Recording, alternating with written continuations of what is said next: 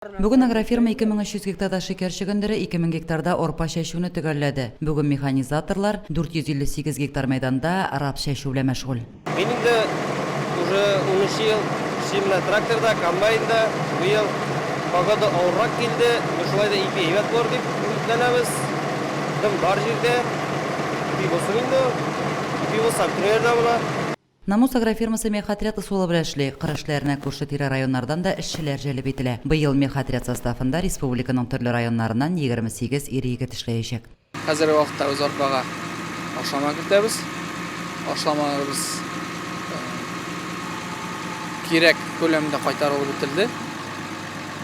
Погодасы һава торышы бирсә, ишәк итеп барабыз.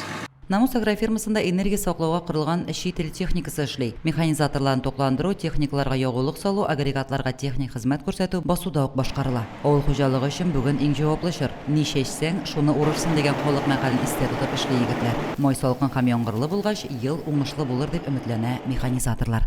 Лилия Шәймиева, Динар Нуртдинов, Мөслим телевидениесе.